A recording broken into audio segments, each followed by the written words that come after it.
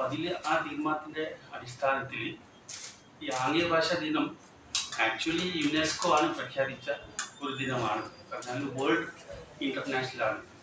പക്ഷേ ഇന്ത്യയിൽ ഒഫീഷ്യലായിട്ട് എവിടെയും ആചരിക്കുന്നില്ല. സെൻട്രൽ ഗവൺമെൻറ് ലെവലിലോ എൻ്റെ അഭിപ്രായം ഇല്ല, സ്റ്റേറ്റ് ഗവൺമെൻറ്റും ഇല്ല എന്നാണ് തോന്നുന്നത്. നമ്മളുടെ ഒരു ആവശ്യം ആംഗ്യ ഭാഷാ ദിനം സർക്കാർ തലത്തിൽ ആചരിക്കണം. പിന്നെ ഈ കൊല്ലം നിങ്ങൾ പല പരിപാടികൾ ആസൂത്രണം ചെയ്തിട്ട് അതിൻ്റെ ഡീറ്റെയിൽസ് ഒക്കെ അറിയുന്നുണ്ട്.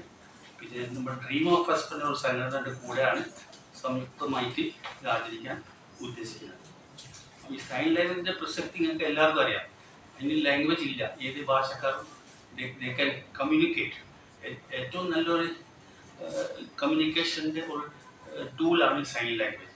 അപ്പോൾ അത് നല്ല രീതിയിൽ തന്നെ പ്രചരിപ്പിച്ച്